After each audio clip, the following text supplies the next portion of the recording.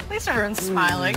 Shannon, do you like McCarthy's explanation? Steven is smiling. Jerry ain't crack a smile. He just kind of grinning. Jerry like, grin. I don't know what's funny. Skip, look, by the letter of the law, it was not a catch. Because the way it was written, if you leave your feet to catch a ball, you must hit the ground, maintain possession of the football throughout the entirety of the act. It's the old Calvin Johnson was the first one I saw it, Skip. He caught a touchdown in the end zone. He literally tried to get himself up off the ground, and they said, and Lovie Smith, I think, if I'm not mistaken, was at the time, challenged it in Chicago. So I knew once he challenged it, I said, this is not a catch. I said, this is the Calvin Johnson rule. Now, it's a dumb rule, but you must maintain. And what was he supposed to say, Skip? I mean, I'm sure Jerry put him to the test. Now, he probably told Jerry that at night when he was at his house, Jerry, you know he caught that ball, right? Because if he just said, nah, Jerry, you know good and well he catch that ball, Jerry said, you ain't getting the job until you admit he caught it. Skip, you know, I know it brings back painful memory because you believe, because they had already beaten Seattle earlier, they could have gone back and done it again. Yep. But NFC Championship game, on to the Super Bowl. No. It was not a catch. So, at least Mike McCarthy yesterday did not sell out to Cowboy Nation and say, oh, he caught it. Right. Sure. He gave a detailed explanation that he had obviously rehearsed in his mind about, I challenged it because I asked Gene Steratore, who now works for NBC but was the head referee, give me the detailed explanation of the rule. Oh, well, then I'm going to challenge because that didn't happen. Right. Baloney. It didn't. I don't care what the rule then said, it was still a catch. You know it and I know it. Not only did he catch it, he made 2 football moves. He took 2 strides, and then he switched the ball in complete control to his left hand and attempted to slam it across the goal line because he's left-handed, the way a running back would slam it. But he bobbled it on the way down, Skip. He did not bobble it on the way down. He slammed it, and then he never lost complete control of the football because it never went to the ground. Once he slammed it on the sod, it popped up, but he kept control of it. Well, he should have just did like I would have done. I'd have just caught the ball and walked in the end zone. Yeah. That's what I would have done. But Sam Shields was really good and was all over the throw. And yet, what did that referee standing right over the play do? He raised his arms. He knows the rules because he knows in real time that was as obvious a catch as you will ever get. Dez caught it. Shannon Sharp knows it. No, he didn't. I will go to my grave saying that was a catch, and that was the all-time robbery. Now, it did come with like 4 minutes left, so a gimpy Aaron Rodgers, could he have limped into the end zone? You guys had all your timeouts. And guess what? Tell the people at home now, you had all your timeouts. What did Aaron Rodgers do? Go right back down the field, make you burn them, and you lost the game. So he's going to come right back down the field and score anyway. Do you want that pain? Do you want that?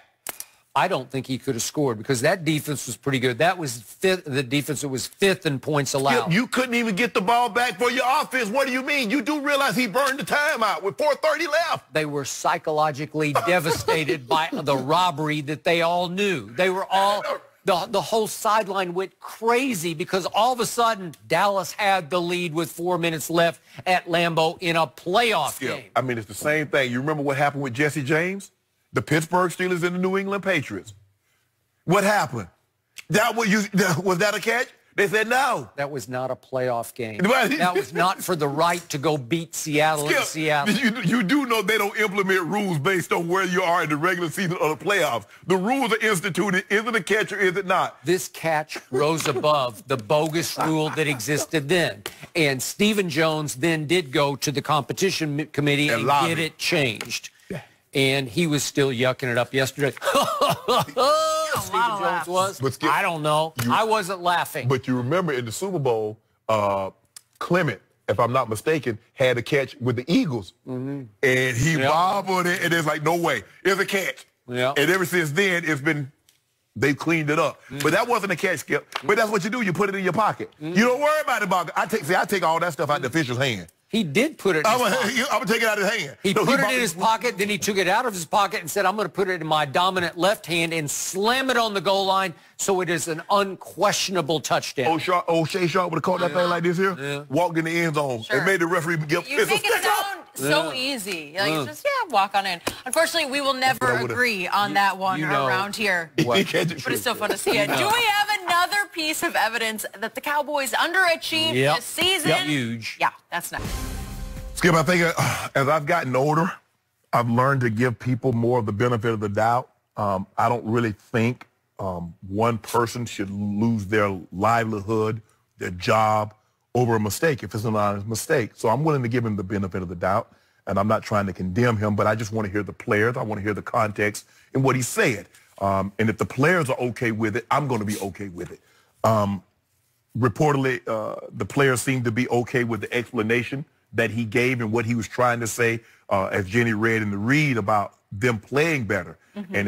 But you have to just be mindful now how players perceive that.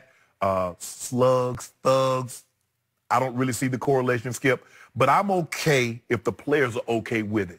And it could have been, because and Skip, we're so quick to do that now. One mistake, and it should be off with the head. And I've learned that if it got older, people make mistakes. People say things that, and it slips up sometimes. And so I'm willing to give Beeline, because I don't really know him, Skip. I don't know him. I don't know if you know him or anything like that. But I want to hear the players. But I just know my first reaction, had I been in there, I'd have stopped everything. What the F, Coach, what the F you say? And then that would have like, what's the problem? You said thugs. What do you mean? He should have just said, y'all playing like you know what. And then there'll be no explanation. You could say hog, cow, turkey, doesn't matter, dog. You know what you're playing like. But Skip, for me, I'm willing to give the guy the benefit of the doubt. I don't think he should lose his job if this was an honest mistake. Excuse me. I just want to hear the players. And when he said he talked to 8 players, who? I hope you ain't talked to Kevin Love. He said he called them individually. Well, Skip, I hope he ain't talking. I hope Kevin Love and Kevin Love and Jenny Osmond and Visit wasn't one of the players you're talking to. Is the other one with a little bit more melanin in their skin are the ones you need to be talking to. So hopefully they got clarifications.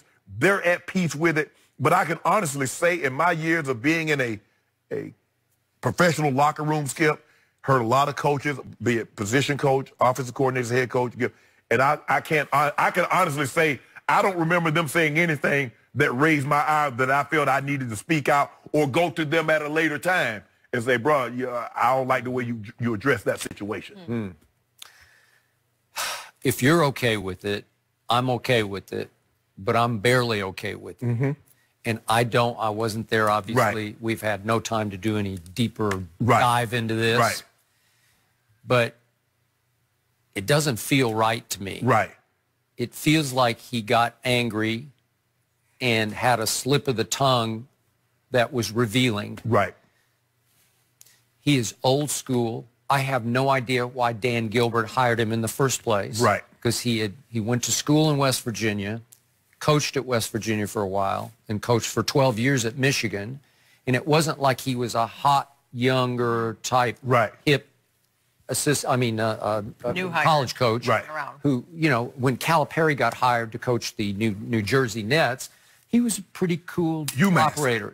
Yeah, he was. So, and it didn't work out for him because it's hard to break through. But at least he had some ability to relate to those players. And he's always been a very good recruiter. And John Beilein has been known more as a fundamental basketball coach who coached disciplined system basketball. And he could beat you with lesser talent at West Virginia. So why would Dan Gilbert hire him? Because you probably set him up to fail because he's just not built for today's NBA. And Skip, the thing is, like, a lot of these kids are college age. But there's a difference between a college-age guy that's living in a dorm, that's eating in the training hall, as opposed to a guy that's driving a Ferrari and paying his own bills.